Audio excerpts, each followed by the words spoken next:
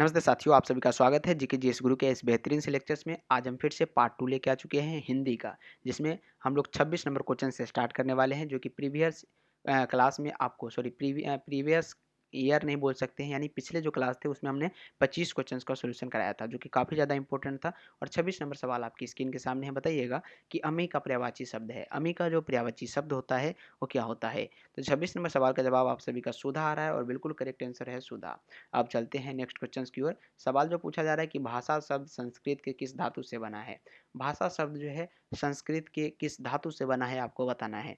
87 number सवाल है और इसका जवाब जो होगा भास, बिल्कुल करेक्ट है सर, कि भास से जो है भाषा शब्द संस्कृत के धातु से बना है। अब नेक्स्ट क्वेश्चन फिर से आपके स्क्रीन के सामने है कि तरुण का विपरार्थक शब्द बताइएगा। तरुण का विपरार्थक शब्द क्या होगा, ये आपको बताना है। तो 28 नंबर सवाल काफ़ी ज़्यादा इंपॉर्टेंट क्वेश्चंस और आपके डीएलएड एंट्रेंस टेस्ट एग्जाम के लिए काफ़ी ज़्यादा मायने रखता है कि सर तरुण का विपरार्थक शब्द बताइएगा। तरुण का जो विपरार्थक कहने का मतलब होता है विपरीत, तो ये बुद्धि होगा, जो कि ऑप्शन नंबर बी। क्या ऑप्शन नंबर बी राइट है? आप लोग बताइएगा फटाफट से कमेंट करके। 28 नंबर सवाल का जवाब ऑप्शन नंबर बी बिल्कुल राइट है। इनमें से अलंकार में कौन सा भेद है? अलंकार के कौन सा भेद है, ये आपको बताना है। 29 नंबर सवाल और काफ़ी लाजवाब है। शब्द अलंकार, जो कि ऑप्शन नंबर बी में है। शब्द अलंकार याद रखिएगा। 30 नंबर सवाल है कि सर महात्मा में कौन सा समास है? महात्मा में प्यारे बच्चों कौन सा समास है, बताइएगा। महात्मा में कौन सा समास है? तो कर्मधारय समास है महात्मा में, याद रहे कर्मधारय समास है। Option number D correct answer होगा, कर्मधारय समास। नेक्स्ट क्वेश्चन है कि दिए गए शब्दों में शुद्ध वर्तनी वाला शब्द है। दिए गए शब्दों में शुद्ध वर्तनी वाला शब्द बताइएगा। तो 31 नंबर सवाल है, काफ़ी ज़्यादा इंपॉर्टेंट है। स्रोत याद रखिएगा। स्रोत जो है दिए गए शब्दों में शुद्ध वर्तनी वाला शब्द है। कौन सी शब्द जो है अशुद्ध है? कौन सी शब्द अशुद्ध है, बताइएगा। 32 नंबर सवाल काफ़ी ज़्यादा इंपॉर्टेंट क्वेश्चंस और आपकी एग्जाम के दृष्टिकोण से पूछे गए सवाल है। कौन सा शब्द अशुद्ध है? तो अशुद्ध जो शब्द है यहाँ पे पुण्य। पुण्य जो है ये अशुद्ध रूप से लिखा गया है। ऑप्शन नंबर यहाँ पे बी करेक्ट है। कलश ठीक लिखा गया है, रसायन भी ठीक है और कल्याण भी ठीक है। पुण्य जो है कुछ इस प्रकार से लिखा जाता है, याद रहे। अगला सवाल है कि कौन सी शब्द शुद्ध है? शुद्ध शब्द आपसे पूछा जा रहा है। तो 33 नंबर क्वेश्चन का जवाब क्या होगा? 33 नंबर क्वेश्चन का जवाब जो आ रहा है वो क्या होगा? प्राण। प्राण जो है यहाँ पे शुद्ध है। जी हाँ, प्राण इसी प्रकार लिखे जाते हैं। भस्म गलत है। हिंदू भी गलत है, क्योंकि हिंदू जो है कुछ इस प्रकार से लिखना उचित माना जाता है। तो प्राण यहाँ पे बिल्कुल शुद्ध शब्द है।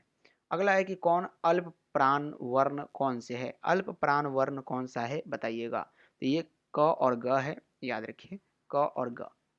अगला है कि गिरीश में कौन सा शब्द है? गिरीश में प्यारे बच्चों कौन सा शब्द है, बताइएगा। तो गिरीश में जो है दीर्घ संधि है। गिरीश में क्या है? दीर्घ संधि है। अगला है कि इनमें से कौन सी विपरार्थक शब्द पतझर है?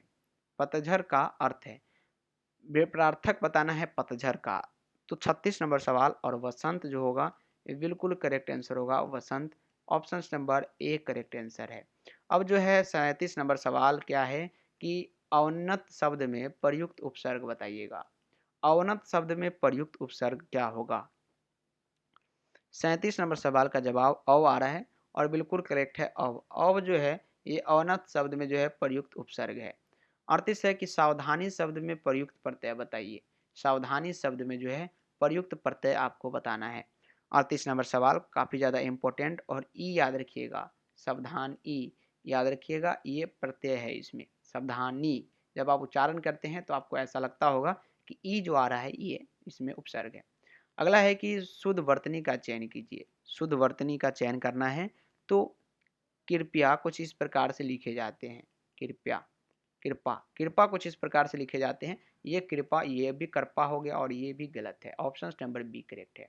अब जो है जाके पाँव न फटे विवाई सो क्या जाने पीर पढ़ाई का अर्थ क्या होता है, ये कुछ लोकोक्ति भी आपके सामने नजर आ रहे हैं और जिसके ऊपर बीतती है वही जानता है, ये बिल्कुल करेक्ट आंसर है।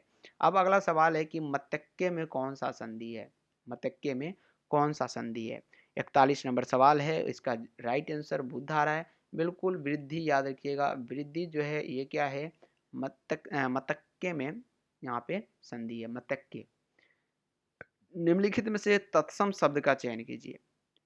तत्सम जो है वर्षा, वर्षा जो है ये क्या है? तत्सम शब्द है।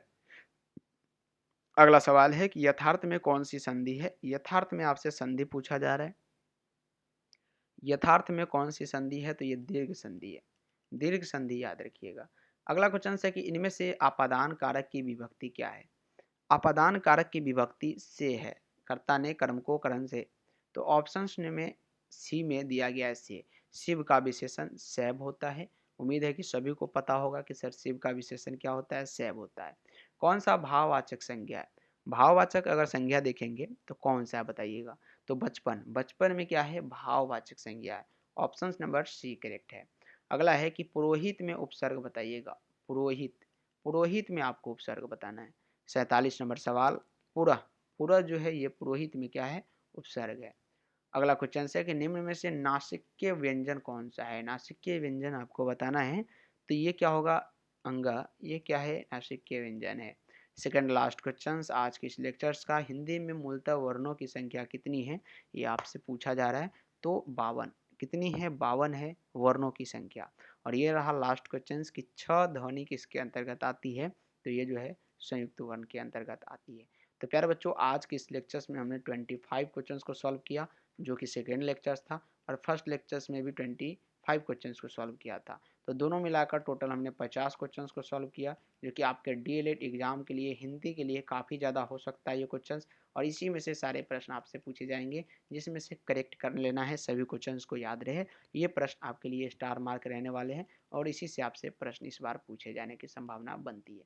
तो एक बार वीडियो को क्या कीजिएगा, आप लोग लाइक कर दीजिएगा जाते जाते, और चैनल को सब्सक्राइब कर लीजिएगा अगले लेक्चर्स के लिए। तब तक के लिए bye bye and take care. मिलते हैं फिर से अगले लेक्चर में। Bye bye, take care.